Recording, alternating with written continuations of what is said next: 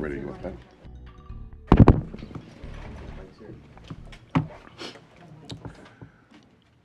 At this time, we will call this meeting to order. May I have a roll call, please?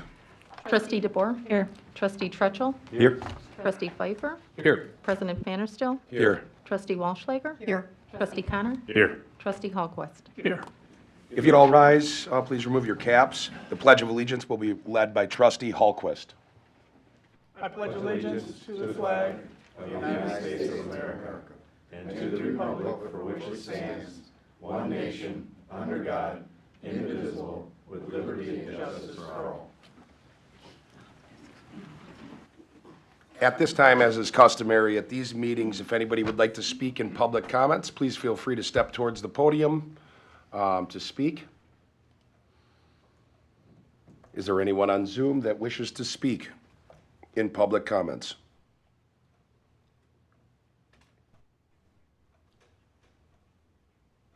Yes, Darlene Kelly. And your address, please, Darlene.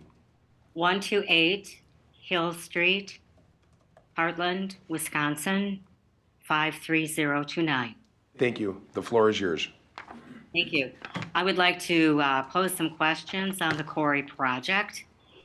Number one, I would like to suggest another traffic study now that school is back in session. And was the original traffic study taking into account the quick trip that is planned to be built? Number two, the route the residents of the quarry would have access to enter and leave. Will they be using Hill Street, West Capitol Drive, Palmer? Curious about that. How will this impact the fire, police, rescue, and schools? And it's been alluded that these new residents would support Hartland businesses. I'm curious to know what businesses, because at the moment, there aren't a lot of businesses other than restaurants, hair salons, and insurance companies.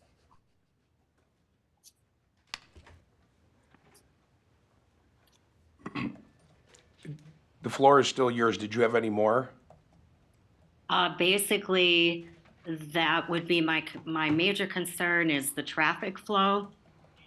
The most dangerous intersection to me in Hartland right now is coming around the corner off of East Capitol onto Cottonwood, and the intersection where the Beer Snobs is and the Phoenix. It's only a three-way stop. People coming from the west heading east on West Capitol sometimes don't realize that we don't stop if we're heading south on Cottonwood.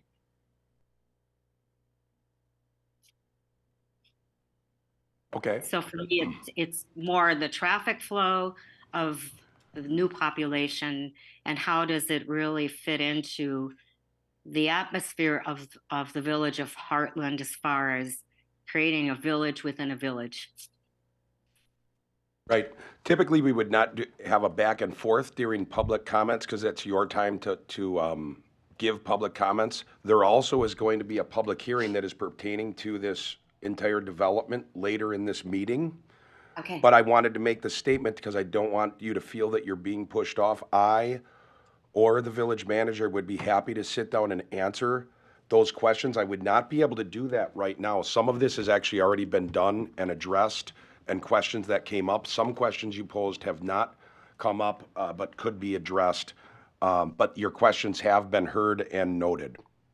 Thank you. And if you wanted to contact myself, you can contact any trustee on the board, or if you want to contact the village manager to discuss those things more, any of us would be willing to do that with you to try to provide some clarity and answers to the questions that you just proposed. Thank you. You're welcome. Anybody else that would like to speak in public comments? Hi, this is Leslie Motes. I own 510, 512 West Capitol Drive. And my main question is that was brought up at the hearing last week with Quick Trip is that the incoming traffic where Quick Trip is off of Palmer, and there's a possible potential stoplight. And I guess I'd like to hear more about those aspects, that there's gonna be a new traffic light there. I am not aware of that traffic light, so I could not respond. I haven't heard about it. Just provide some info to you. And the only reason that typically we wouldn't do this during public comments, but I want to respond to you because there may be something that you have heard, and there's been previous meetings. You can look on YouTube at some of the meetings we've had. Or you can reach out to the village manager and he'll provide some answers to you. There's no traffic coming off of Palmer. Quick Trip isn't on Palmer, and there is no proposed traffic light going in, but we'd be happy to provide more answers and more detailed explanations of how the traffic study and things of that worked, where everything was taken into consideration that may be proposed in that area in the next year or so. Okay, Thank you. thanks. Anybody else that would like to speak in public comments? All right. The first item on our agenda is consideration of board minutes. We have multiple board minutes to approve. We had a meeting on September 11th. That was a board meeting. We had a meeting on September 13th. That was a budget meeting. We had a meeting on September 14th, which was a special meeting regarding Arrowhead and the homecoming parade. And then we had September 14th, a budget meeting. If anybody wants to break these up, or if somebody has something that they don't like about them, we've had those issues before, because if someone has just one, they may not want to vote against the other three. But however, they can be taken all together, or they can be taken individually. I just have one correction. On the September 14th Arrowhead meeting, the initial motion, you have down me, and it was actually Mr. Pfeiffer. And I made a comment in regards to that about if they choose to select us. So I just wanted to make that for clarification. I'll make a motion that we approve all 4 meeting minutes, given that note from Trustee Hallquist. Second. It's been moved and seconded to approve all minutes for the meetings listed, which is on the 11th, 13th, and 2 meetings on the 14th, with the addition of the change that was proposed by Trustee Hallquist. Any discussion on that? All in favor? Aye. All opposed? That motion is carried. Now we have an item on our agenda, which is a consideration of vouchers for payment in the amount of $305,644.88. I'll make a motion to approve the vouchers in the amount of $305,644.88. I'll second.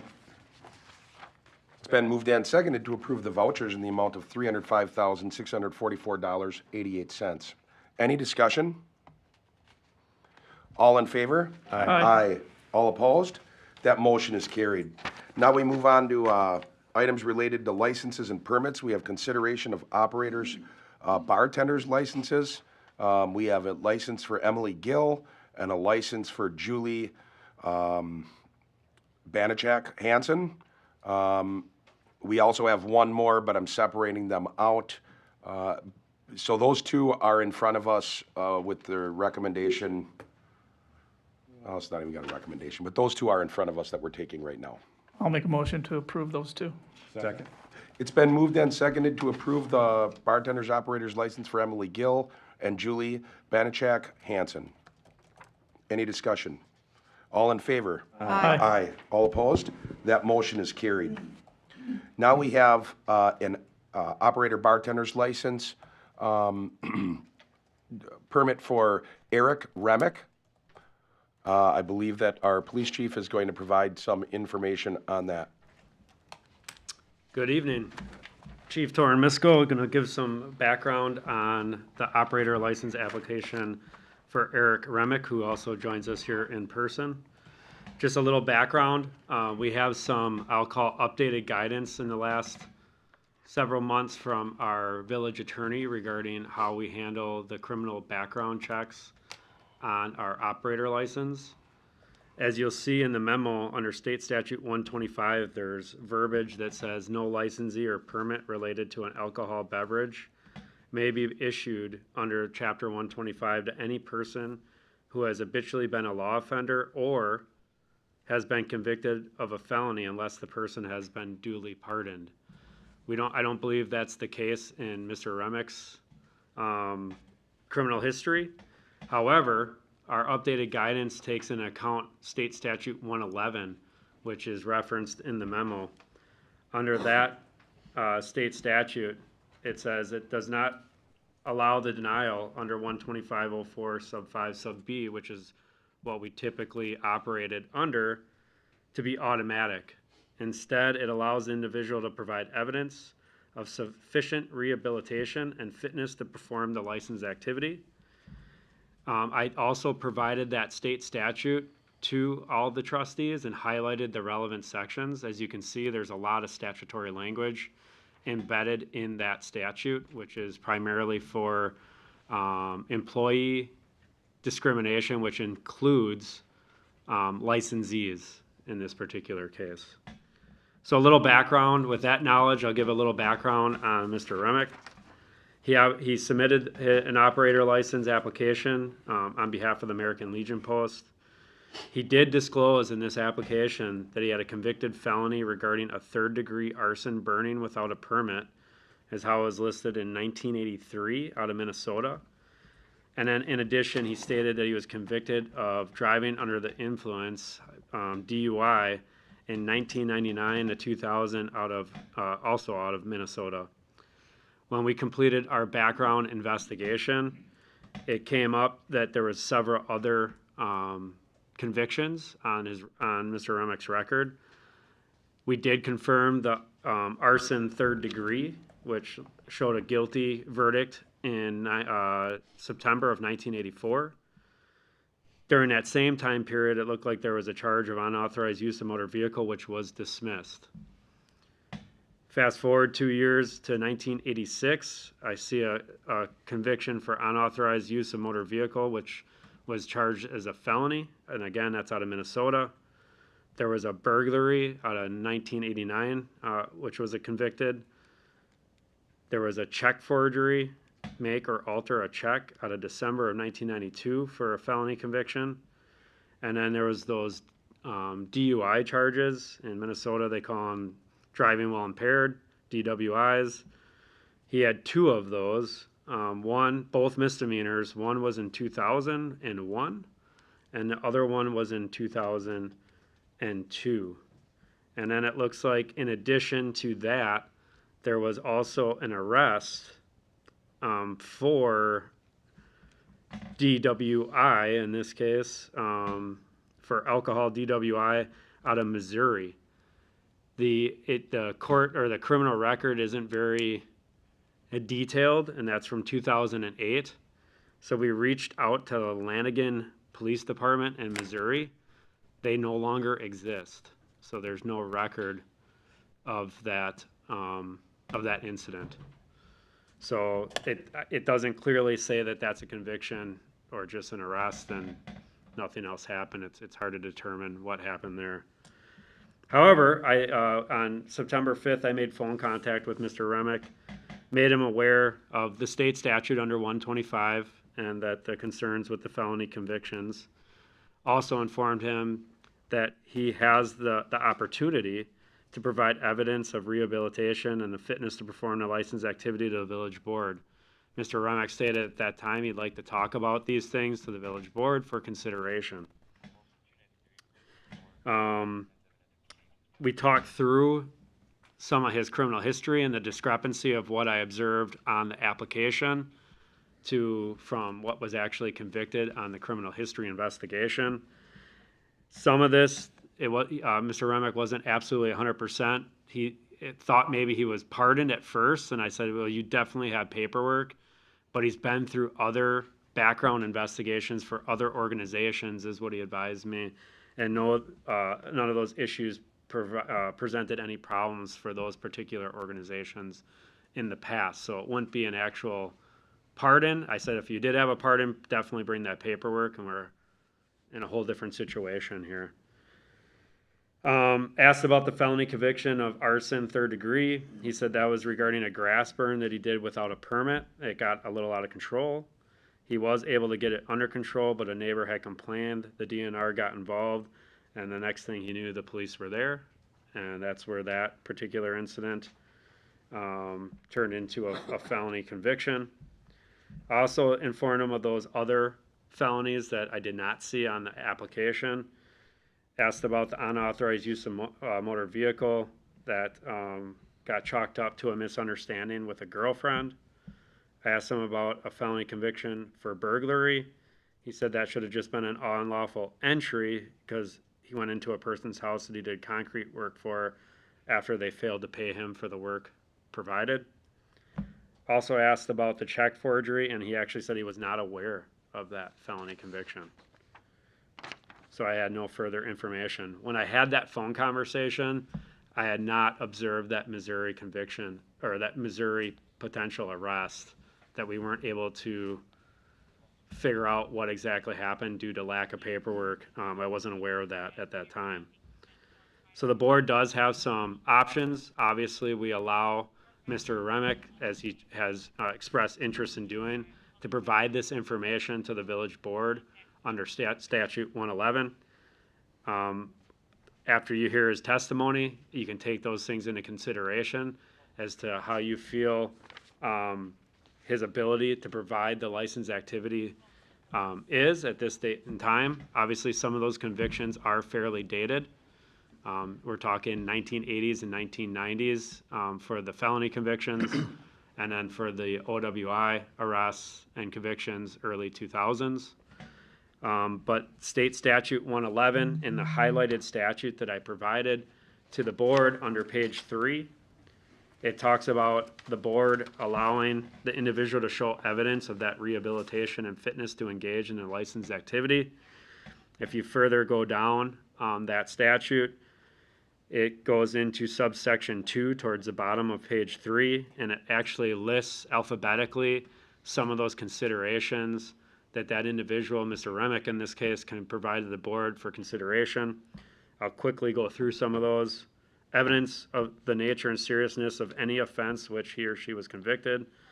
Evidence of all the circumstances relative to the offense, including mitigating circumstances or social conditions surrounding the commission of the offense. The age of the individual at the time the offense was committed. The length of time that has elapsed since the offense was committed. Letters of any reference that he can provide. All other evidence of rehabilitation and present fitness that they can present to the board can be taken into consideration. You'll see under those options, the approval, if you hear those factors I just kind of read through and you feel that it's appropriate for Mr. Remick to have a license, that can be approved by the board at that time. If there was a denial, state statute 111-335 sub 4C 1A just states that if it was a denial, state in writing the board's reasons for doing so, including a statement of how the circumstances of the offense relate to the particular license activity. I did provide an executive recommendation just on the pure information I have right now. Obviously, Mr. Remick hasn't been afforded the opportunity to testify to the village board and provide any of those relevant facts of the situation. But where I do sit today, I would say my recommendation would be for denial for the mere fact that not everything was fully disclosed, or when asked about, it didn't seem like a lot of ownership was taken for the exact incidents. Either wasn't aware that it happened and or it was kind of someone else's fault other than his own. Obviously, some of those other factors of time and age can be taken into consideration, which I do think tend to be positive for approval for Mr. Remick due to the time frame. But I do feel that not having full disclosure and then taking full ownership also has something to say about that responsibility. So in light of not knowing Mr. Remick's testimony or any references of support, I would think that it would be appropriate for the board to deny the application. So that would be my executive recommendation at this time without hearing that testimony. Mr. Remick, would you like to give testimony? I'll speak in his behalf. My name's Tom Lay. I'm the agent for Flanagan Dorn American Legion Post. I have known Mr. Remick since he has moved to this area, and actually I was quite shocked when I saw this criminal record. It's quite colorful, I mean, if you can say that. He has always supported the Legion programs, events. He's the president of the Pink Heels, which that's the organization that has the pink fire truck. He also helps with the Angels of the Road. He has been a model of assistance to all the organizations that he has belonged to. These charges are all 20 years old, and I'm sure all of you can say that 20 years ago you were different people also. I know I was. Don't smile over there. I consider that he has been rehabilitated, being as the charges are old. He is now older, wiser, hopefully, and he has contributed to the organizations that he has belonged in both time, effort, and I know in monetary funds also. So that the fact that he has shown a much better life and a better direction, I ask of you to grant him his license so he can continue the work that he has done in the past several years. And remember, don't always judge a book by its cover.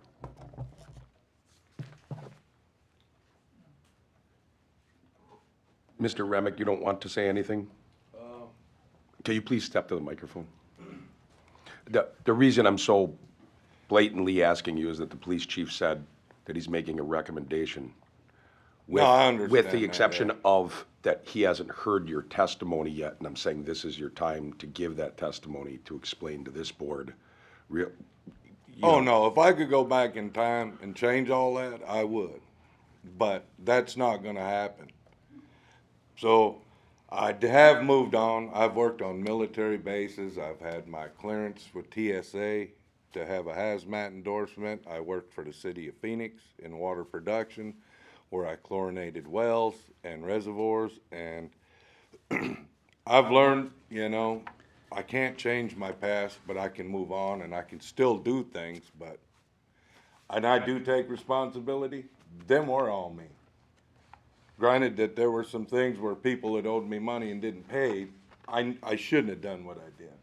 But being young and stupid, you know, that's still no excuse. But I do take full credit for all the stuff that I had done. And I never, you know, I don't want anybody to think that I'm not taking responsibility, because I do. And it's my fault. But granted, they're 20, 30, almost 40 years old now, and I haven't been in trouble in a long time. And I try and do my best for, you know, I dump myself into Pink Hills Lake Country. I dump myself into the Legion, into the Post, and I try and help as many people as I can now. But, I mean, How long have you been part of Pink Heels? 2.5 years. I've been the president. I became the president right before Richard Darts passed away last year. So, but before that, I was just a member.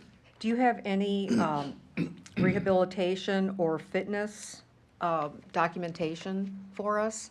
If you were, wasn't that one, that was one of the items, correct? So it doesn't necessarily have to be documentation, it just can be that what he's done with his life now since those convictions and how he's rehabilitated himself, and do you feel that his present fitness to operate under that license is appropriate or not? So for rehabilitation, what have you done? I know you said you just joined those a couple of years ago, but what'd you do prior? And prior to that, I was a member of, it's kind of like, we were called the Phoenix, but what we did is we went to court and we helped children that were abused sexually or physically. It's kind of like the group they have here, where we'd attend them to school and bring them to school, pick them up from school. We'd go to court, sit with them at court so they could give their testimony. I did that for 6 years. Before that all changed, I worked with a buddy of mine. He started a children's organization for the Phoenix Bike Week.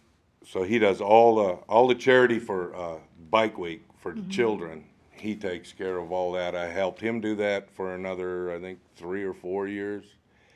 And then my stepfather died, so I went and helped my mom work on her house, and then shortly after that's when I moved up here. But prior to that, I worked in the oil fields and on military bases, so I really didn't have no free time. I was on the road all the time. I pretty much lived out of motels.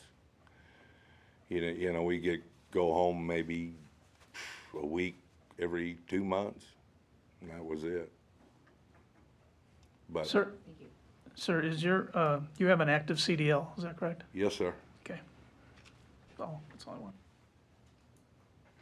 If I may, I've had a chance to get to know Eric over the course of the past 2 years through the Sons of the American Legion post, and what I've witnessed from his time and financial commitment and friendships within people that are members of the American Legion and the Sons of the American Legion and the auxiliary.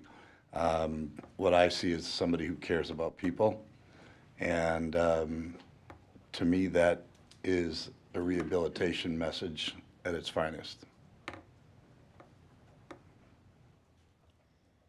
So respectfully, I'd make a motion that we approve Mr. Remick's operator's license. I'll second it. It's been moved and seconded to approve the granting of Mr. Remick's operator's license. I have a question. You said you've known him since he's been here. According to this, he's lived here for 3 months. Is that just in Pewaukee, or how long have you known him? No, he's lived here more than 3 months. Well, in here it It's says. been several years. No, but it says, okay. In No, here we it just moved to that. Okay, that's what I want to do, but the one comment you made that stuck with me, you said, he's older and wiser, hopefully. That bothers me that you say hopefully when you know him, and you Well, don't the have thing is, confidence in I him can that he even is say wiser. that about myself, too. Okay, I don't know. Hopefully, I'm older and wiser. Okay.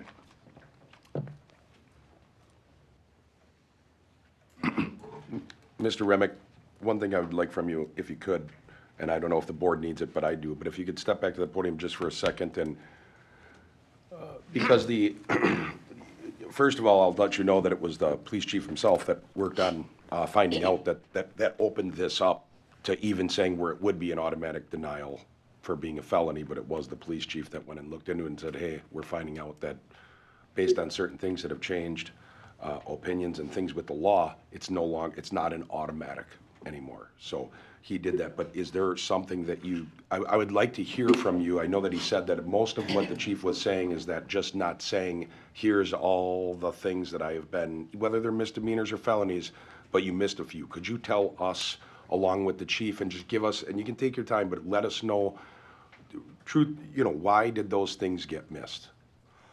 Just in writing it down, and it's take I your was just time. writing it down, and to be truthful, Please I do. just wrote a couple down and thought, well, I didn't know I had to write them all down. It said, do you have some? And I said, yes, so I wrote 3rd degree arson, because that's the one that always pops up all the time, and then I think I wrote another one down, didn't I, or no? Just the one? DUIs, they're DWIs, Yeah. or DUIs, I think you call them on disclosure. 1983, third degree arson, and then 99 to 2000 DUI. Yeah, and so I figured when he run the background check, they'd come up, and I'd just go from there. I wasn't trying to hide anything. If I was trying to hide it, I wouldn't have wrote anything down. I'd just left it blank.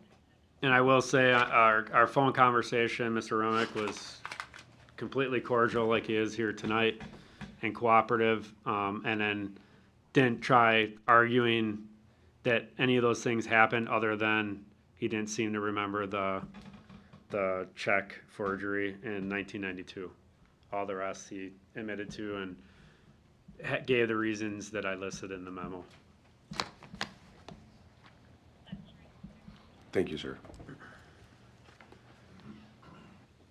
Chief, I'm just going to ask because it was the recommendation with testimony. Could you just tell the board if your recommendation would be changed in any way, shape, or form based on what you've heard and the explanation of listing the more serious ones and figuring that they're going to, I'm just asking because it was, you don't have to answer. I'm just asking.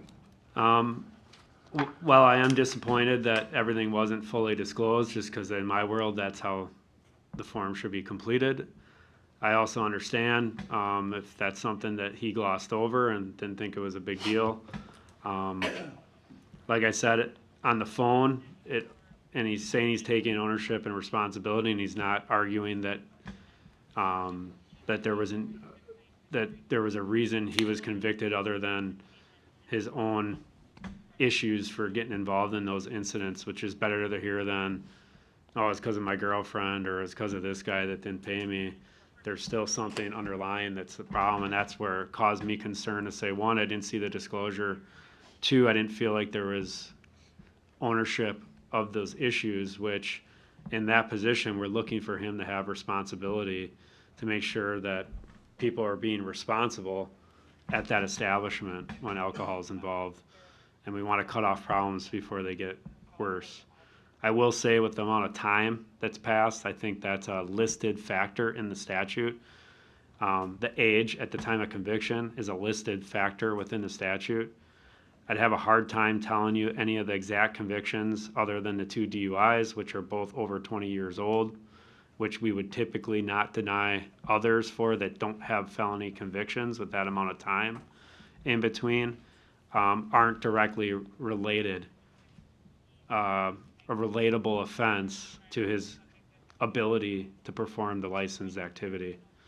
So while I was a hard no before hearing the testimony, and that's on him to provide that testimony. I don't know what he's going to say or do or what explanation he's going to have for whatever. I do think, to me, it was pretty clear to list what you need to list. I wish that would have been done better.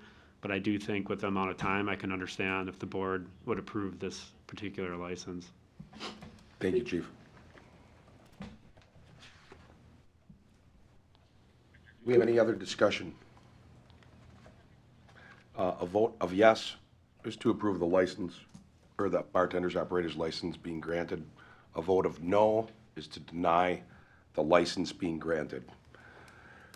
All in favor? Yes. Aye. All opposed? No. May we have a roll call, please? Yes is to grant, no is to deny. We will have a roll call vote. Trustee DeBoer? Yes. Trustee Trutchell? Yes. Trustee Pfeiffer? Yes. President Vanderstel? Yes. Trustee Walschlager? No. Trustee Connor? Nay. Trustee Hallquist? Yes.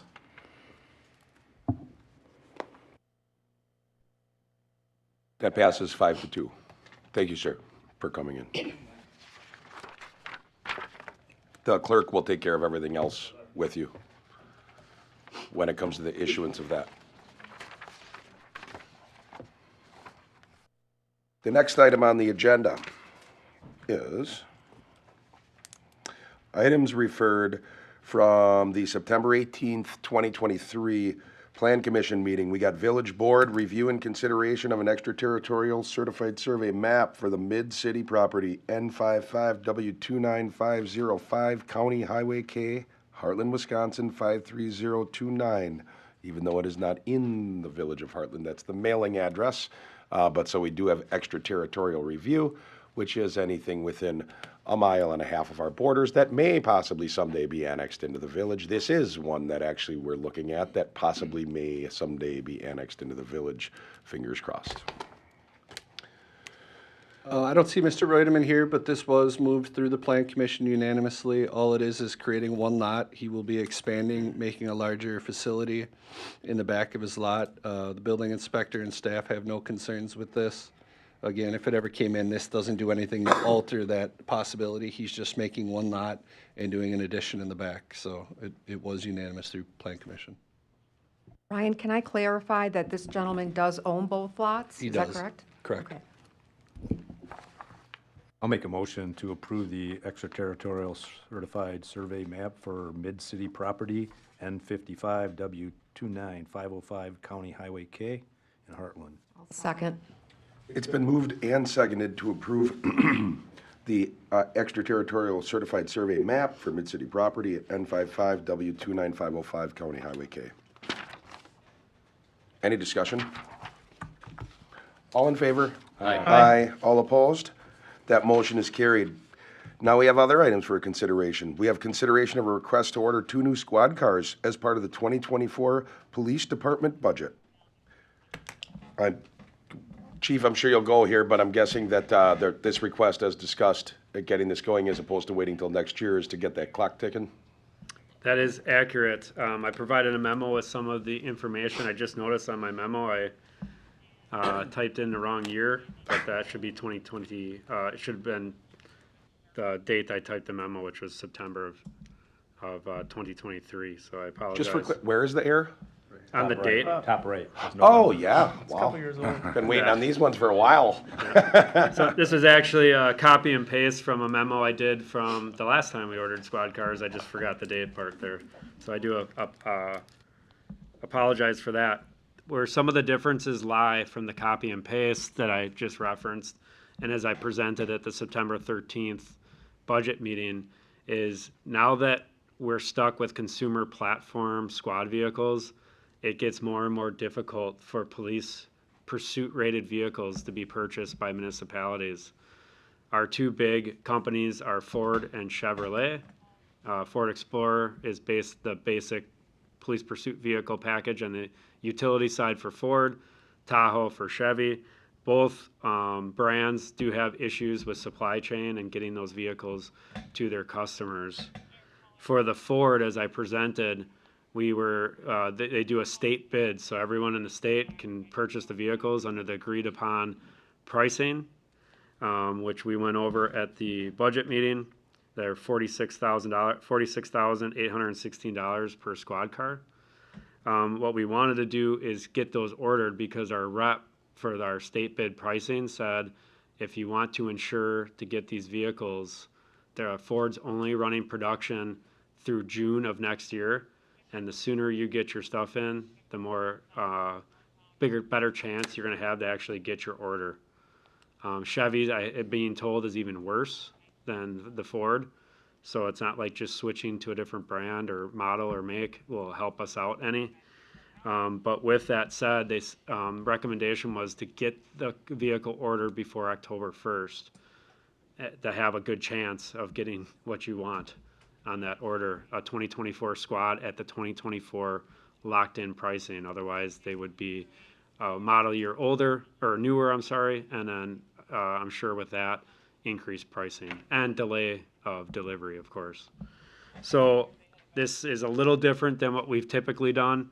While we've always ordered before the new budget cycle started, typically we waited for the board to approve the budget in whole in our November meeting, and then that same meeting, you'd get a memo similar to this saying, I would like permission to order immediately, but the budget, it wouldn't be taken out of our budget till 2024. We don't pay for the cars till we actually receive them. So it still would be a 2024 item. The only thing that's unusual is I'm asking for this permission before the budget's actually approved. So this follows our normal vehicle replacement plan. It's what we've done with the vehicle replacement plan in the past. Again, it's just a little bit cart in front of the horse in the sense of this is the first time the budget hasn't been passed, where we're trying to get the order in a little earlier than usual to ensure delivery. We have done this for fire. We had to purchase the ladder truck with like a year and a half. DPW, same thing with dump trucks. So this is just the police's first shot at this. There's I mean, we need the vehicles and, in order to ensure we get them next year. Chief, I have a question. Absolutely. I noticed in this memo, it says Ford will only be producing the 24 Explorer Interceptor through June of '24. Correct. If they're not going to make it after that, is there any concern about getting parts or in 2 years saying, we can't get these parts because they're not like we did with the Impala, all of a sudden it's gone? Yeah, so they will still make the Explorer package. It's just that year they won't make the police pursuit because they focus all their efforts on their consumer line. Okay. So the vehicle will continue to get made. It just continues to get upgraded and follow the consumer platform. Where we were spoiled in the police world is we had Crown Vics forever. The car never changed. Our equipment can literally be taken out of one and put in the next. It was very predictable for us in policing. Unfortunately, now we're stuck with a consumer-based platform. For Ford to ensure consumers to continue to buy the vehicle, they got to razzle-dazzle, fix it up, make it look clean, and do different things with it, which isn't productive for us in the police world ultimately.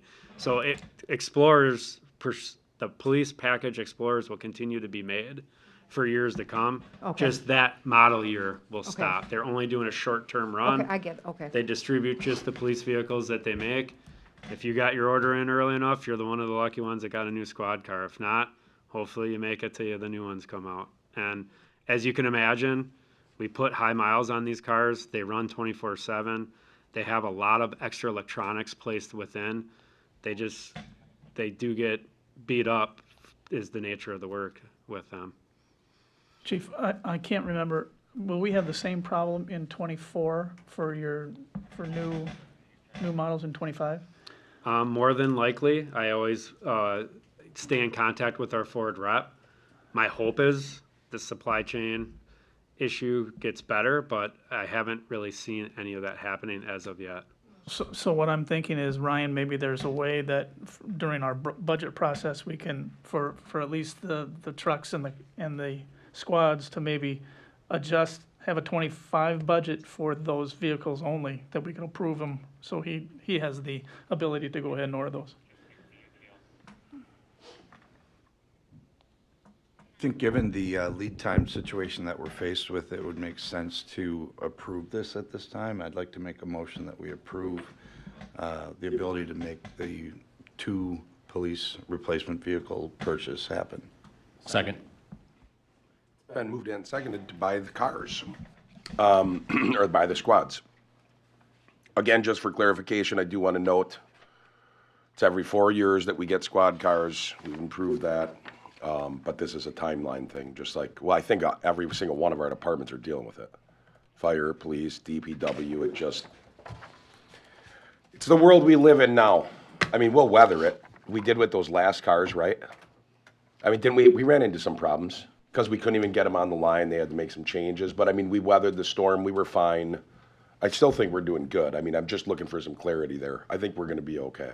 Our last purchase was 2 years ago, and the production line wasn't as bad as it is right now. Yep. So- Oh, no, I was just saying, like, even if we order next year and we keep on doing this, I think we'll be okay. I would stay in contact with our Ford rep, and if she had indicated anything different, I would definitely bring it to the immediate attention of the board and try to take action to rectify that issue. Okay, because just going off of what Trustee Hallquist said, if all of a sudden they say it's gonna be 36 months, then it'd be like, oof.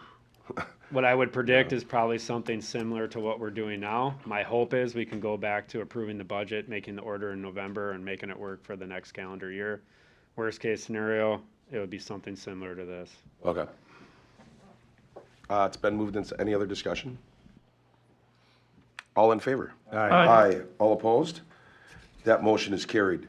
Now we have discussion and consideration of discussion and consideration of removal of a street tree at 128 Cottonwood. This is something that, whoever wants to go first. Business owners? Business owners. Sure. Do we want to have a brief on how we got here? Or do you want, you guys go ahead Let first. them do their, yeah. Go ahead first. They'll do the presentation. I can give a little brief. We were before the Architecture Committee. Can you give the address, please, and your name? Sorry. I'm Mike Rodenbaugh, my wife Heidi Rodenbaugh. We own the building at 128 Cottonwood, just a couple doors up. We were in front of the Architecture Committee in January to get our plans approved, And at the time, we had asked about there's a tree right in front of the building, and I'll explain why we want to get it moved, but we asked about it at that point. Committee seemed open to it, but wasn't exactly sure of the process. And I think Dave suggested that we speak about it here and give a little more of the rationale. And in the meantime, we found a permit application, which I think is the start of the process, which we've prepared. So I think that's, So let me elaborate a little bit on this. So in ordinance section 90-45, the authority over public trees, with the authority is the village board. Under paragraph 4, it says removal. As a condition of granting a tree permit for removal of a public tree, which in case this is, the village may require the permittee to plant one or more trees in place of the one that's removed in a specific species and area. The location will be designated in the permit. And in our 2022 budget, we had budgeted Wachtell Tree Service to come and do a tree study on all of our street trees in the village of Hartland. This specific tree is 20 years old and valued at $1,700. So if the board does decide on allowing them to remove this tree, which the DPW would remove, I would think that we, as the village, would want a reimbursement for some trees. Why do you want this down, or why do you want it moved? yeah, sure. So as you might remember, this was the former fire department through 1964. And it's been in office for decades, and it will still be in office when we're done. But one of the centerpieces of what we wanted to do with the renovation was to kind of bring back the look and feel of a firehouse. And wanted to do that by kind of having these kind of glass garage doors, you can see, in the location where the doors used to be. And it's sort of, bring it back to the historical look of what it was. And I think that's generally encouraged in kind of old downtowns like ours. So this tree happens to be just right in the middle of the building, and it just is kind of inconsistent with what we're trying to do, is just bring back this look. There would never be a tree in front of a firehouse, obviously. And so we're just trying to move this tree elsewhere, and we're happy to do reimbursement or have a couple of trees planted somewhere else. We like trees. We're not anti-tree. We're just, it's just kind of screws up the whole kind of design concept that the architecture board and the bid are kind of excited about. But Isn't the tree right in the middle of those two, though? You said it's right in the middle, so it should be in between the two, correct? it's slightly offset in, That's not a bad place for it, though. in front. In your opinion? In my opinion, excuse me. Yeah. That's all Yeah. my opinion, yeah. No, I know. Yeah. It's, it's just kind of the concept that making it look like a firehouse, it's kind of silly to have a tree right in front of it. I understand that trucks are not coming in and out, nothing's going by there, but Well, in, I'm sorry, my concern would be that if we do it for you, then what's gonna happen with the person next door that Yeah. doesn't want that tree or the other tree, and it's gonna be a snowstorm? I just worry about that. yeah, I totally understand that. And I think in this case, what we would submit is that this is there was a specific historical use for this building where there was never a tree there, and there wouldn't have been a tree there. And so I think that probably could be said that that's the only situation, any of the trees in Hartland, that, there wouldn't have been a tree there if we're trying to restore it to look like it once was. So I think that, in my mind, would sort of make it a one-off exception that wouldn't set a precedent. The historical aspect. Dave and Tom, what's the probability that if you were to transfer that tree, it'll survive? That tree will not be transferred. Okay, well, he's talking about moving it, and. It's too close to the road and and everything, there's no obviously, way. I don't think he's using the wrong term, in my Oh, sure. opinion, but, okay, so it's removing, not moving. Replacing, maybe, is a better word. Yeah. Correct. Dave, do you have a spot in any one of the parks or anywhere else nearby that could use a couple of trees? So we did lose 4 big trees behind Senior Tomas, between the riverbank and the parking lot. I'm sorry, the riverbank and the parking lot. So we could use some trees there. Up at the Triangle on East Capitol, Merton, and Lisbon. Could use a couple trees in that area as well. I think, you know, I've been driving past this since you guys started doing the work on it, and with the restaurant doing the work next door. Cottonwood could use a little bit of a facelift, my opinion. And I think they're doing something really cool and bringing back a piece of history and trying to give it a fresh look. And I think Cottonwood could use it. I personally think that I understand where you guys are coming from. I also understand the potential slippery slope that we stand on when others are going to go, I want that tree gone then. So it is a tricky situation, but their willingness to step up and support planting trees to replace the tree, and as long as they're understanding that the value is $1,700 for the cost of that tree, I'd make a motion that we approve the removal of the street tree at 128 Cottonwood with the understanding that they would have to replace with 1 or more trees at a $1,700 value, working with DPW. Do we have, discussion, I'm sorry. Do we have We don't have a second. Oh, I'm sorry. I'll second. It's been moved and seconded to have DPW take the tree down on Cottonwood at this address for the cost of the tree of $1,700, the value of the tree, I'm sorry, for $1,700. Discussion. Person that made the motion gets the first chance, second gets the second chance, and then whoever. Just so the value's 1,700, which means that can be allocated for multiple trees, correct? Correct. So the average price of our street tree purchase for our 2023 contract was anywhere from $300 to $330 per tree. Sounds like there's a need for sure in a couple different areas of the village, so. That's to me, correct. Makes sense. Mr. Hallquist, did you have something? Otherwise, I wanted to jump in because I have a Yes, question. in our section 9045 ordinance, do they have to pay a fee? So in other words, it'd be $1,700 plus a possible fee involved? So like, say, $200 for a fee to apply for taking down a tree? No, it's just a permit. Okay, There's no fee. I am. I would like to add on to that, I think we should add on the labor cost of taking that tree down and the labor cost of planting the new trees. That should be added on to the 1,700. And if that sidewalk has to be filled in there where the tree is, I think there's a grate there. 'Cause Correct.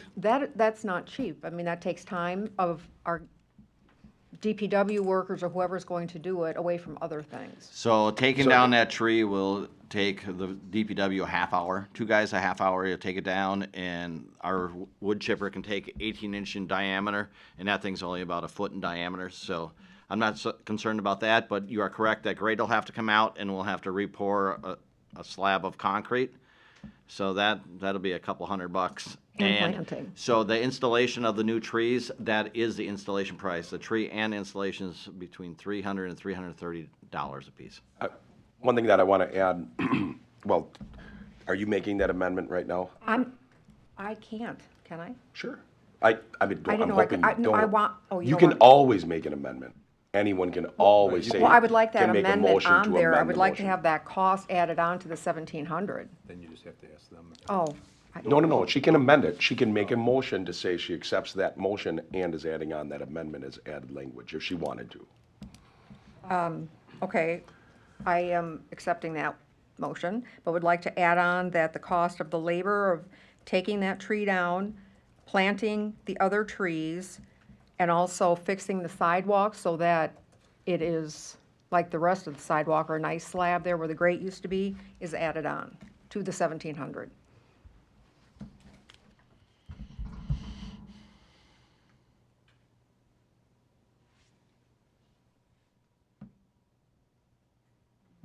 Would you want to put like a not to exceed a certain amount?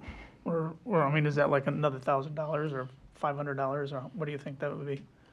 It should I'm- only, I'm with you on basically where you're going, I'll say what I have to say in a second, but it gets to something that we do in the village downtown right now where I don't want to tag them with that. So we're going to consider, you can remake the amendment. The amendment did not get a second. I don't think it's fair to charge them to plant the trees because we're going to end up planting the trees because they're needed anyway. So to charge, the village is going to end up, we always plant what's needed. You already said that the price was already in the, the planting is built in to $300 to $330. Oh, so that's enough, okay. right. The only other thing that I was gonna say is if a village business that's within the bid district downtown, and it's my understanding that program is still running, and I wanna get as much money out of you as possible. That's my job. That's how we keep the bid budget working. I do. However, I wanna do it by the rules and consistently and fairly. And if a tree dies in the village, it's my understanding that the village will go, the business owner gets to choose if they even want a new tree put in. And if they don't, we'll even come in and in some cases, give them the choice of grass or concrete. We only do that in the residential area. If there's a tree grate in front of your business, you don't get a choice, we put a tree back in. Right. It's only residential. Yeah, what did you say the Phoenixes had, where they're on their third or fourth tree in the past? Correct. That's part of the reason I'm against it, because they get so much salt, it is tough to. I don't know that it's salt. Well, whatever it is, it's tough to keep them growing. And every tree would die.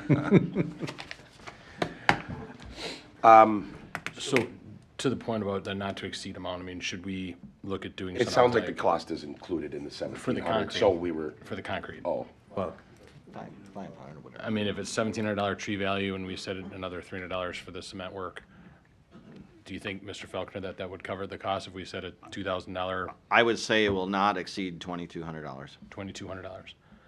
So then I can amend my motion to say that we are approving the removal of the tree at 128 Cottonwood with the understanding that the Rodenbaugh are going to pay a fee not to exceed $2,200 for replacement trees and the cement work. I'll second. It's been moved and seconded to allow the removal of the tree, and you said an amount not to exceed 2,200, and an amount not to exceed 2,200 total dollars with everything, permit fee and concrete. I think that's clear enough, correct? Yeah, so if the board approves it, the only way for that tree removal would be for you to work that out with Mr. Faulkner.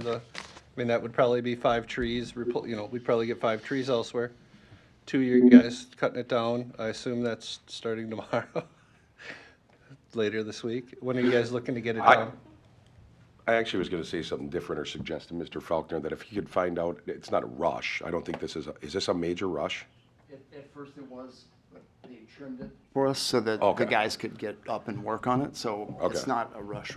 I just want them to be able to fit it in Yeah. instead of having to Yeah. get right over there. At the No, same it's time, not I a was rush. hoping that so that we can have it attached to this, so 15 years or a year from now, when someone asks, I want to get attached to what we're getting and where we're putting it. Do you kind of get what I'm saying? So when we look back on documents, we're going to say, no, this is what was replaced. Is that fair? Yes. Or is that a pain? We can do that. Would that work? Sure. Okay. Absolutely. We still need a vote, so should I call the question, or do you have something to say? yeah, my only thing, I'm still concerned that it's setting a precedence. Again, I'm a business owner, so we are really setting it, that any other business that comes in, we would have to vote the same way. I mean, yes, he's restoring it to historic, but then other people, some of these buildings have been there for 100 years, so they could just do a minor facelift and say, hey, I'm putting it back to historic value, and that's what we want down here, some historic value, but we are really setting a precedence that I don't see how we can deny anybody else that comes in asking the same thing. So we could look up and down our streets and not see one tree theoretically. I think to an extent. I mean, I think you bring up a very good point. But we're the governing body, so I mean, I can't consciously come up with a reason why I can give a reason that we approve this one, but I'll deny all the other ones. Any Right. requests that I'm come not through. I just can't, having had a business down there where trees can be very close to the property, because then they grow out the property and they grow up into the lines. In trying to instigate development downtown, any place that has a big tree in front of it is gonna it's gonna not prohibit them, but might make them not want to spend a whole lot of money on their facade. I mean, I think too, we could be looking at, we don't really trim trees that often, right? Unless they pose a problem, so it's not like we prune them. Like in my neighborhood last year, they came and pruned every single tree along the roadway. We don't really do that often that I've seen. We trim our street trees we try to get them every year, if not every other year, just because of our plow clearance, because we have to stay tight to the curbs. So they get trimmed at least every other year our Right, public it's street trees. residential, but I mean, I haven't seen, No, even business, if we trim it, it's 100% for us. So they may have trimmed that tree on the roadside, they didn't care that it was in his facade. That's what you're getting at. Absolutely. We're gonna make sure our plows aren't. We're just looking for truck clearance. Something to be talked about. And letting the business owners know if they can, trim that side themselves or something with the approval, whatever. But I do hear what you're saying, Rick. I mean, it's. I'd be careful too, having business owners freely go out and trim a tree without a little guidance. We'd be looking at some scalps. And trees bring beautification as well, so. That's where they were planted. Yep. Anybody else want to speak in discussion? All in favor? Aye. All opposed? Nay. Roll call vote, please.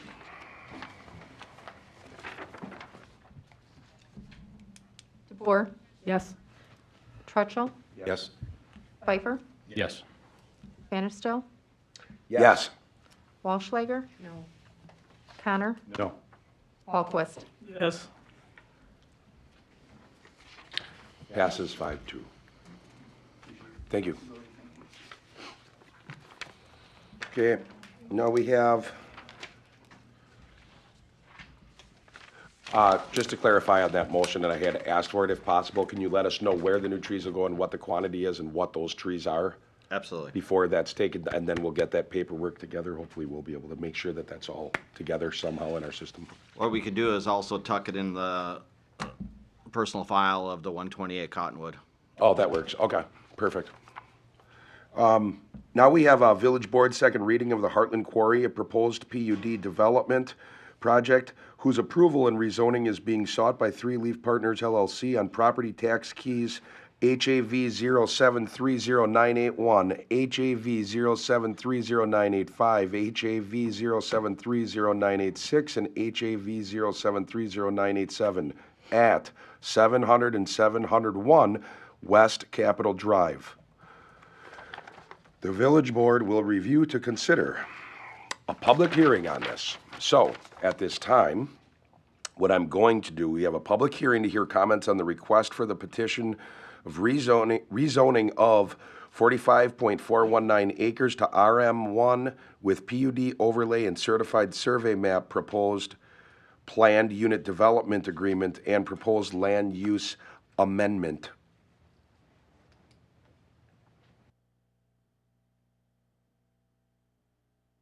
We'll just take a brief pause for a moment. Is everything okay?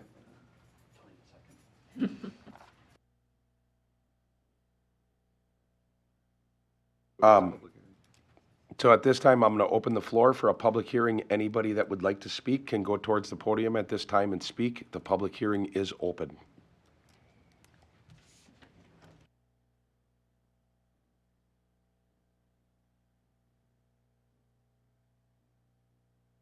Route 650 Coventry, Hartridge.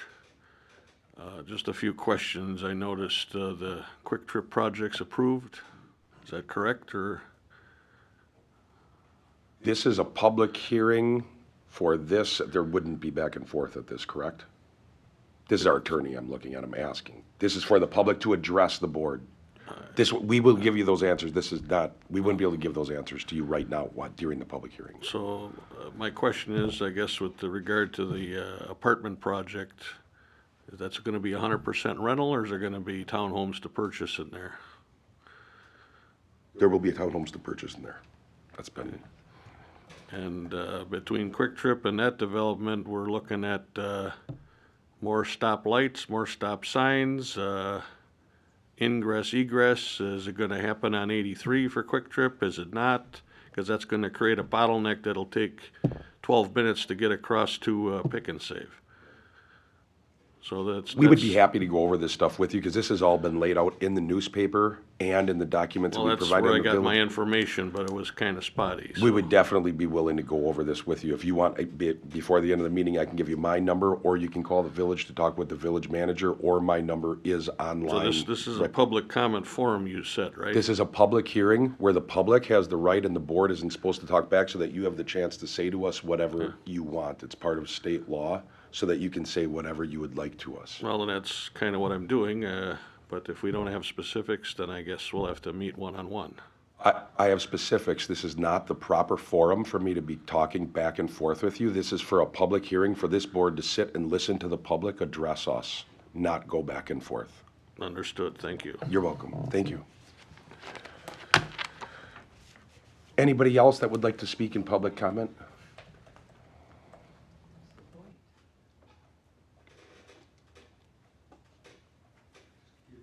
Would you like to give a opinion on what the reasoning is, so the public knows why we're having a public hearing? Perhaps maybe it might alleviate concerns if the proponent of the project gives a summary of how it's going to proceed and how the project is going to accommodate the quick trip development and the traffic issues that both developments are contemplating. Sure. Would you like to give an explanation based on the questions that you've heard so far? Chief, do we need a recess? No. Are we good?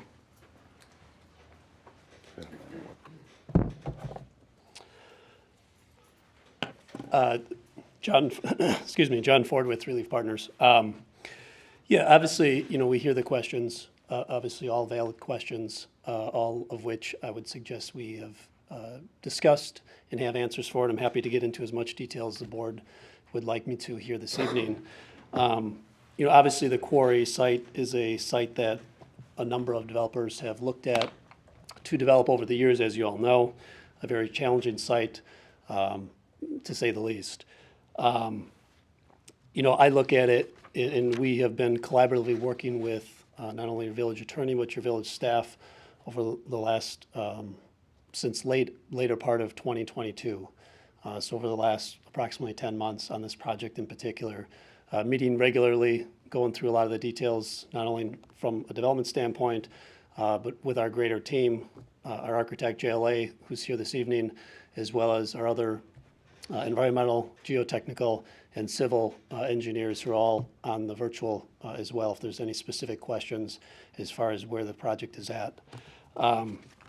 Obviously a very large-scale project, one that we don't take lightly, one that we feel will have a significant impact throughout the village of Hartland. 267 units in total is what we're proposing. That's a combination of stacked flats and townhomes, along with an amenity package with a clubhouse, pool area, playground area, walking trails. There's over 2 miles of walking trails and sidewalks in total for this project. Really would be a significant project that we feel is absolutely needed in this market, in this greater Lake Country area. I would point to you, your comprehensive plan includes really 3 primary objectives. One of those is to provide a range of housing types. The 267 units will be a combination of 1-bedroom, 2-bedroom, and 3 bedrooms. These will appeal to a variety of different types of renters and or potential condo owners in the future. Different age brackets to meet different needs from both a size perspective as well as a monthly rent or cost side of things. The second major point, or one of the second points in your comprehensive plan, is that multifamily vacancy rate. You want it to be in the 4 to 6% range. We did a very comprehensive market study when we were thinking about this project through a company called Tracy Cross, which does many market studies throughout the area and throughout the country. Class A market in this area currently is approximately 2.3%. So obviously extremely tight. The demand forecast that they see going forward in the North Waukesha County which this area obviously falls within, is over 400 units will be needed per year through 2027. So obviously continued strong demand. And then third, does it conform with the village's smart growth plan? I would suggest the requested zoning and uses match uses that are proposed in your Hartland 2045 smart growth plan. And, you know, I'm happy to get into, you asked if I could address some of the questions that were asked earlier. Please do. One of them, I think, multiple was with regards to traffic. From day one, when we were very early on in the process, the traffic study that was conducted by TADI, a third party that does just about every traffic study for every development and municipality out there, it always took into account both the schools, the current traffic, as well as the quick trip that was proposed across the street from our development. So that has already been taken into account. I know there's a question just recently about is Quick Trip approved? Quick Trip, from my understanding, is going through the process. It is not completely approved, but it's going through the process. From a traffic standpoint, we have worked collaboratively with the village's consultant, Rukert Milke, in addition to TADI, to come up with a comprehensive plan for Capitol Drive.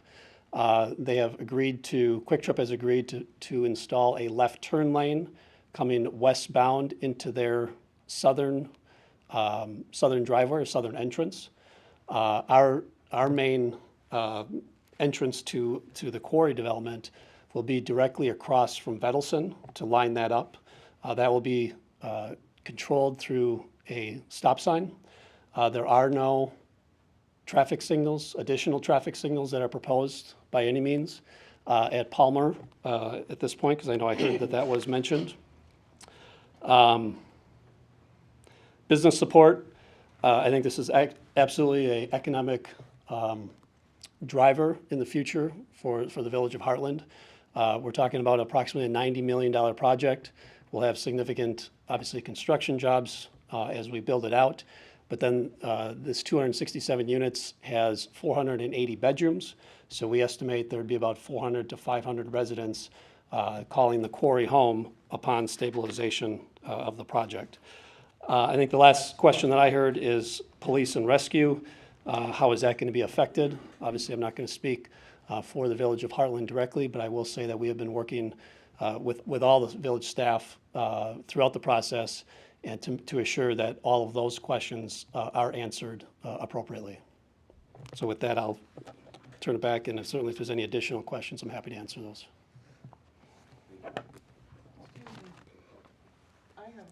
Do you want to come up to the podium so they can pick it up?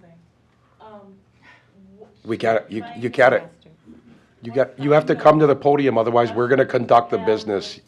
You have to come up to the podium or we're going to conduct the business of this meeting. I'm fine. You can't. We aren't. You can't hear me? We are having a meeting. You have to come to the podium. Forget it then. Thank you. You can't hear me. You better get your ears clean. It isn't about your ears. We are recording the meeting. I'm sure that's recorded. Thank you. For your cooperation. Thank you for yours.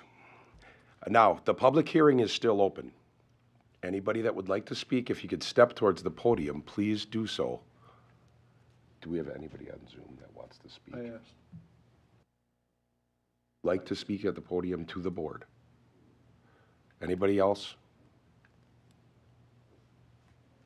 10 seconds and then I'll close the public hearing if no one else wants to speak. Oh, Leslie Maltz would like to speak. Hold on, we have someone coming in on Zoom. Can you hear me? We gotcha. The floor is yours. Okay. Thank you. This is Leslie Maltz from 510, 512 West Capitol Drive. I haven't heard, or I guess would like some more understanding. I know Anne at one time brought up like the groundwater and what's buried in the quarry. Has anything been deciphered and also more research done on that? And then the other thing is, because of my property, also backing up to that, has there been any studies done on relocating the wildlife that lives in that quarry since you're taking away their home? John, could you touch on want the, Craig?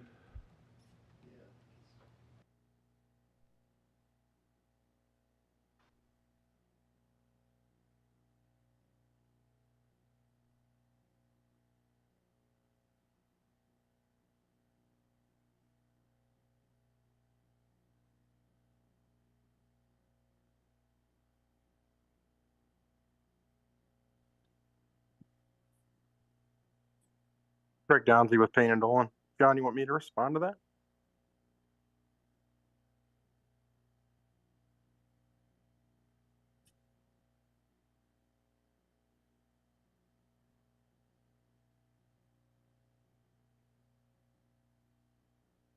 Yeah, we're looking to have you respond to the comment in regards to the groundwater and the testing, kind of everything that we talked about earlier today. Sure. So geotechnical exploration was done around the quarry and inside of the quarry property. Groundwater was not found within any of those borings, down to 80 feet below the bottom of the former extraction limit. So well below your property. Groundwater was not encountered in any of the holes.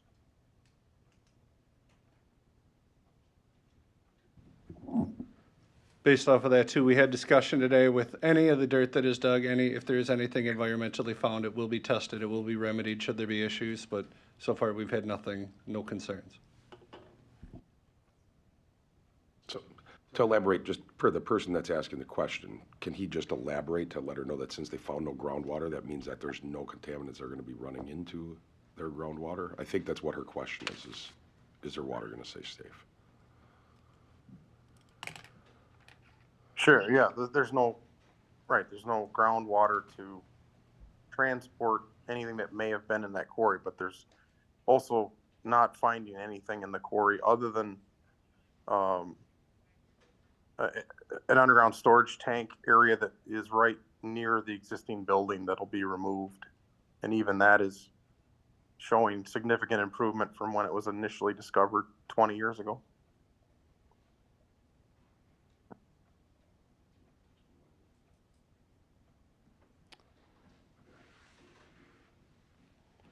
No, I do want to just make a comment that the village has a geotechnical firm. The developer has a geotechnical firm. We have our engineers, their engineers.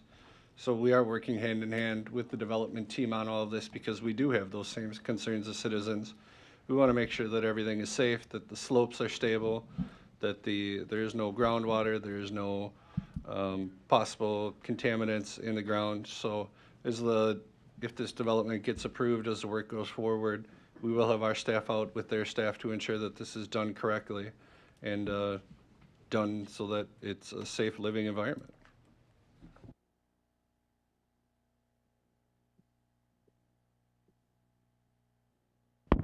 Someone did have a question on the second part of her question was on wildlife. It's not my I'll let you, it's my understanding that I know of nothing that is being done to.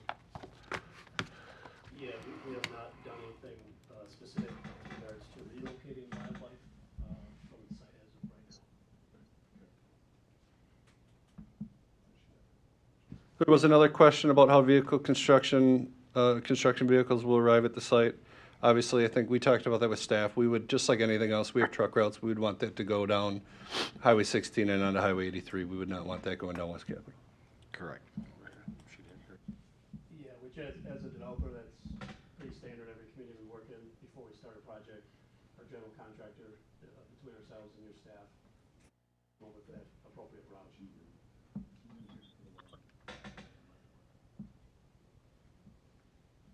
Can you step towards me, towards this mic, and give your answer on the wildlife? The person is not hearing the answer, but this will pick you up if you're putting, you'll see it turn red. Yeah, with regards to the wildlife question, we have not done anything specifically with regards to that.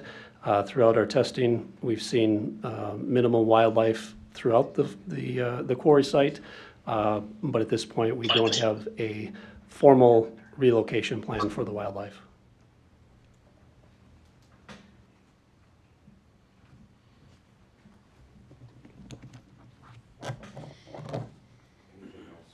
Anything else for anybody else want to speak in public hearing?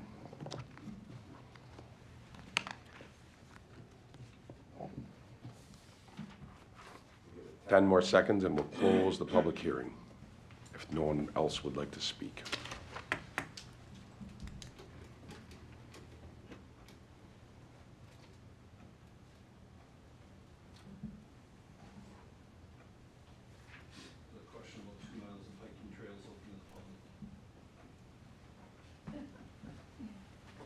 Do they want to speak?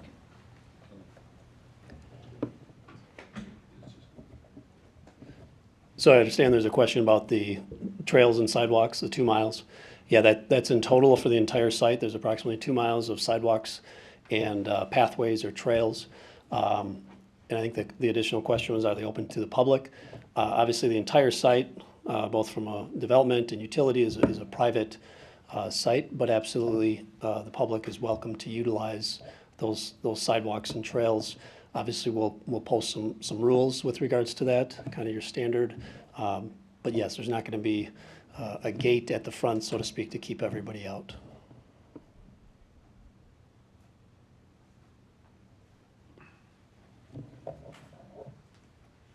Ten more seconds. I have a question. Yes. So I'm Jen Appleton. I live at 448 West Capitol Drive, so our property backs up to the quarry. And so I guess I have 3 little kids, and they do have access, like, because our property backs up, they do have access to some of the shallower slopes, safer slopes that go into the quarry for exploring. And so I was just wondering if there's going to be a clear boundary between the quarry property and our properties for those of us who back up to the quarry, or if that stays open, I guess. I mean, you have a survey of the property, correct? So it's part of the CSM that we're going through. Again, we're highly encouraging nobody go on any of those slopes. But if people are, I guess if that's their property, if people are going over and onto that property, I don't see that continuing.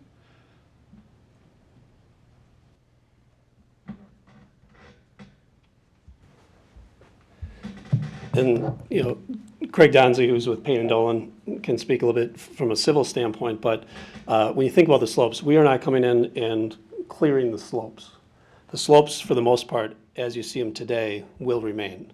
All the vegetation, all the trees. Are we adding a fence or a barrier, so to speak, I think is what you're asking, Yeah, between? And I don't want to sound like my kids are super, sorry. I don't want it to sound like my kids are super mischievous. They're just out exploring in the woods.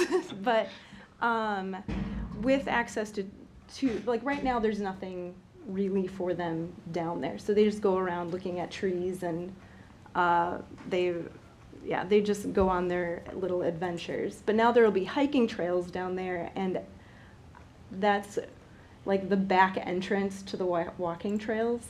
And so I am fine with saying you guys are not allowed to go down there because that is private property. It is private property. Like if there was if there was going to be a fence at the top of the ridge, or if that's just all going to kind of stay because all the property lines are kind of blurry right now because it's just woods and then there's a slope. So I don't know if that makes sense. Like.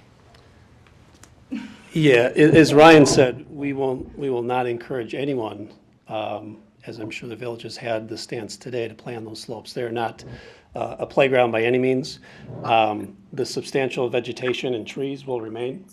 And I just want to be clear, the 2 miles are not, I would not call them hiking paths. They're not going through the slopes. They're not going through the trees. These are sidewalks and pathways that run behind some of the buildings. So asphalt pathways. It's not a hiking trail through the woods that you might be thinking of. Okay. So obviously safety is number one in all that we're thinking of here. So.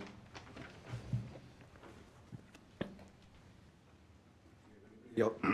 Excuse me. Anybody else that would like to speak in public comments? Or has any other questions at this time? So we'll close the public hearing. With that being said, that doesn't, I mean, communication to the public, that the public hearing, that more than anything now I'll say is, it's a state law, there's guidelines that are set forth to have a public hearing to make sure that no matter what, there's a law that protects that the public has a chance to come and address the board. Anybody can contact us through email, calling. All of us have our cell phones, or at least our home phone numbers, online on the website. People can call the developer if they want to. They can call, gentleman's name is John Ford.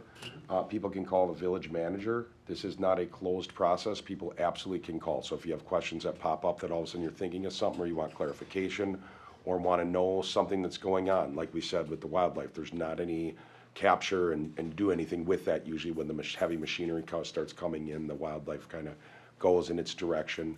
But all the exhibits are out here for the. all the exhibits also, yes, online, there's exhibits A through K.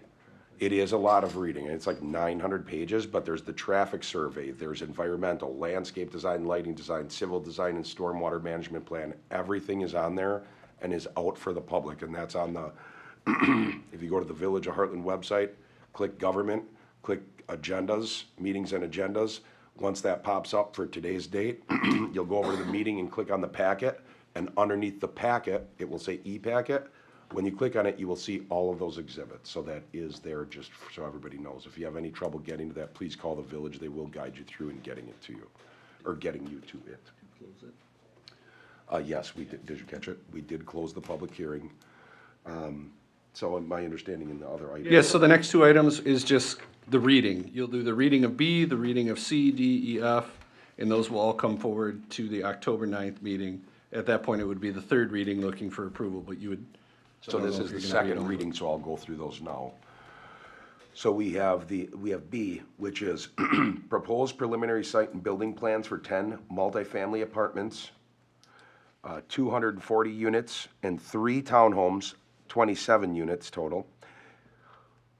Then we have the proposed plans for amenities for the project. That's item C. Item D is proposed rezoning to RM-1 with PUD overlay in conjunction with a PUD agreement. Item E is proposed preliminary certified survey map. Item F is the proposed land use amendment and resolution. And with that being read, that would fulfill what would be considered the second reading. These things need 3 readings. Rules can be stalled out and things like that, but in situations like this, I think it's very important to allow them to go there in the time of their entirety through the 3 readings, so people have as much time as possible to be able to submit questions, provide comments, and look into all of these items. So these exact agenda items, except for the public hearing, will be on the October 9th Village Board meeting. Item 8, due to the nature of time, we all know, I don't even need to say it. We all know how item 8 got on the agenda. We did have a set-up meeting for this. There was an emergency that came up for someone. I am going to ask that we push this to the next village board meeting. It still gives us plenty of time for budget, but with the hour that it is, we're going to be here pretty late, and most of our meetings are not like this, so it would not hurt to have it at another meeting. Yeah, I'm good with that. I'd make a motion that we move it to the next meeting is 10-9. Second. It's been moved and seconded to move what's item 8 on this agenda, which is consideration and discussion regarding the proposed 2023 village budget. Village board, these items covered are village board, administration, finance, elections, municipal building, inspection, cable TV, other funds, general fund revenues, and debt service. That gets moved to the meeting on October 9th. Any discussion? All in favor? Aye. Aye. All opposed? That motion is carried. Now we have announcements. I want to give you a quick update on progress at Nixon Park. The playground equipment is in. The ADA handicap ramp was installed. That's complete. The wood chips are installed as well. 90% of the paved paths are completed and backfilled and addressed. The main parking lot by the pond has binder. The binder was laid down today. Weather permitting, it'll be surfaced this week, and then what they'll do is they'll work on the driveway and the parking stalls coming out of the park.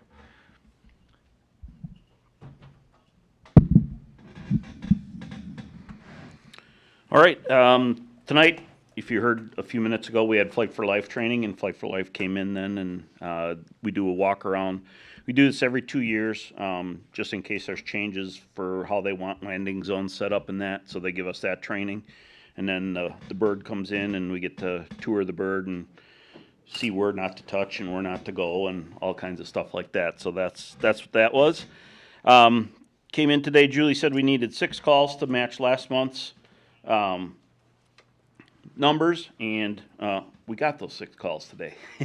We had 4 back to back to back, so I was actually transporting on a second call for service, and then we had 2 more right after that, so we had to have another department come in.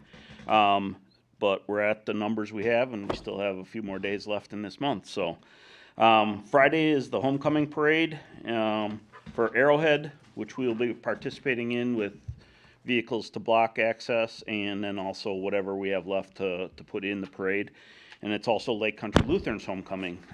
They don't have a parade, but they do have the fireworks and that, so we will have staff at both games.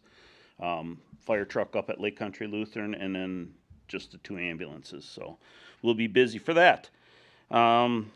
Tomorrow, the county, through our dispatch center, numbers are changing for fire departments. So pretty much just vernacular for us. It's not going to be, we're going to go around and put all different numbers on our trucks. We're still retaining the 43, which we have, which is our quadrant and zone for that.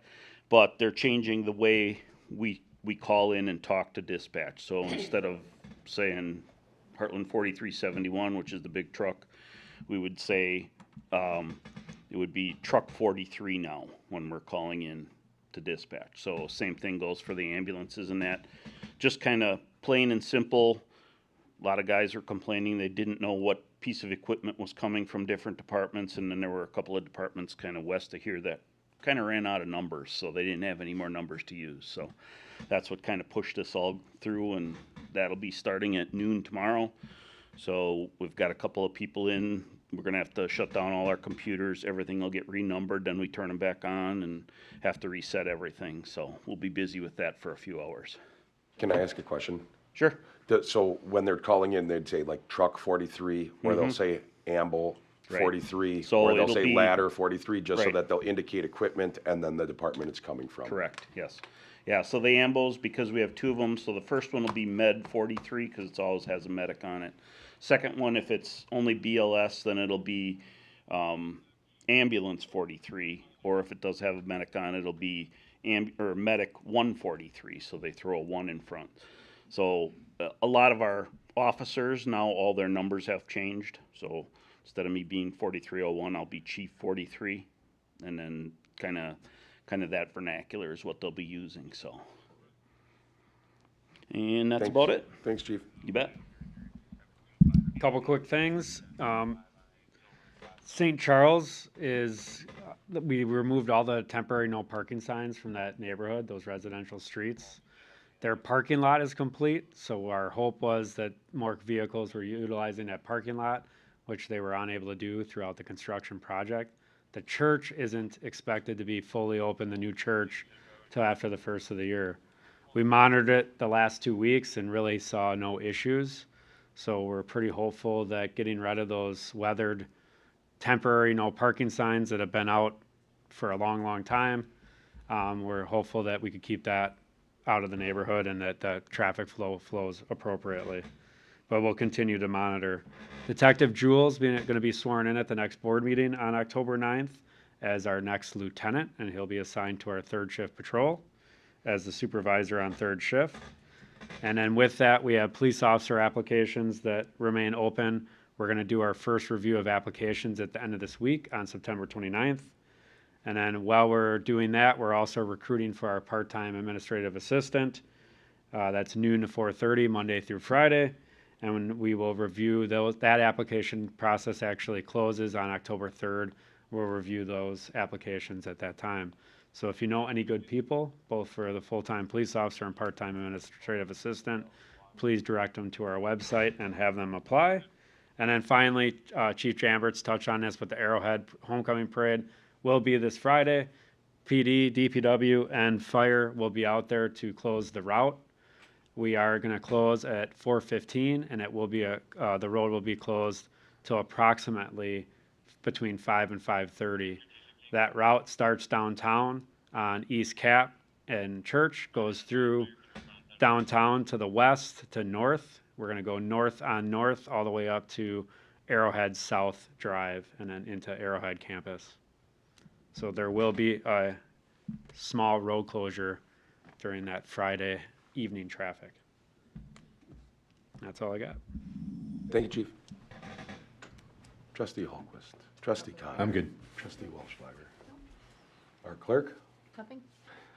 I have just a couple, with the change, with finding out about the change in the law, and I have not had time to confer with our attorney on this, but with finding out about a slight change in the law, I did talk to our police chief, that I think that it would be prudent that since we do have some denials that happened in the last 4 years, and Chief, if you're against this, we don't have to do it, but I think it's a good idea to do, but anybody, it doesn't mean they get approved, but that we should reach out to people that we denied simply on the fact when we gave our basis that because they have a felony on their record, with this new information coming to light, I think it would be good of the village, as opposed to them finding it out on the street and wondering how, that they would get a letter stating that they can reapply. There is no guarantee. If you have anything to add to that, please do so. I just thought it was prudent, and I think it's good of us as being stewards in the positions that we are. We've not had a chance to talk about this, but my recommendation would be that the clerk's office be receptive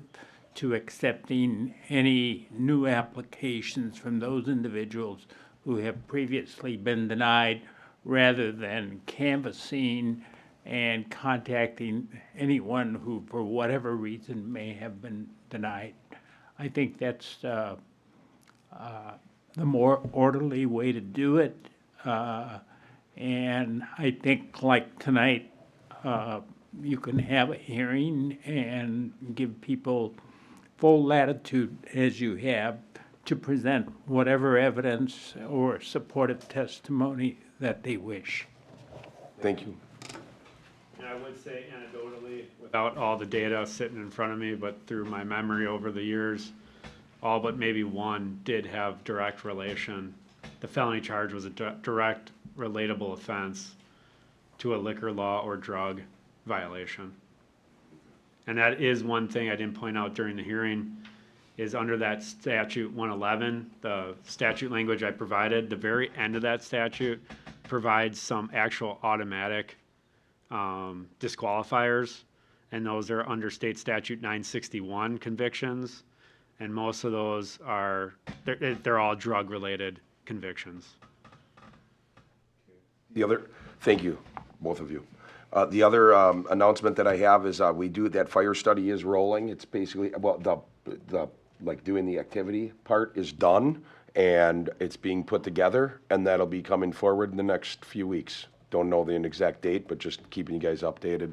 So that'll be coming, and then we have, Chief, I'm gonna need the name on this one, but I would either like it to be, Chief Misko, I need the name. I would either like to begin the process for rescinding a license, a bar operator's license that we gave. That person has had police contact of a negative nature since that license was given. They're also not working at the bar that they said that they were going to be working at. And it's my understanding that they may even have some other hiccups. We were very, very, very tight with that and why we said we were doing it. Some of it including that there is an ongoing charge, but not a conviction yet. I have talked with our attorney. There is a process for revoking, but if you could work with our village manager or whoever so that we can get that going. If I need to put it on an agenda for next month, I will, or next meeting, but I do want that process to begin expeditiously. Yeah, so for that particular and I don't have the name, so I can't state license, it. I do have the name. I'll make sure that gets added to our agenda. There has been some recent arrest no convictions, but a recent arrest or two for that particular individual. They are no longer working in the capacity at the Triangle Tap that they had applied for. And then I will also add under that statute 111, it does talk about further that it doesn't have to be a conviction for you to take that into consideration. It can be an arrestable offense. That was even our previous guidance, as you recall, from our village attorney, that it still can be used. It doesn't have to wait for a conviction. This isn't a court of law. This is a licensee hearing. It's not beyond a reasonable doubt. It's not, the evidence standard's different. Okay.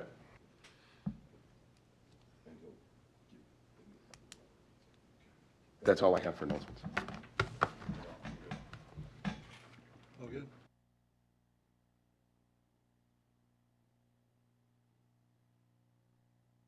I'll make a motion that we adjourn. Second. It's been moved and seconded to adjourn this meeting. All in favor? Aye. This meeting's adjourned.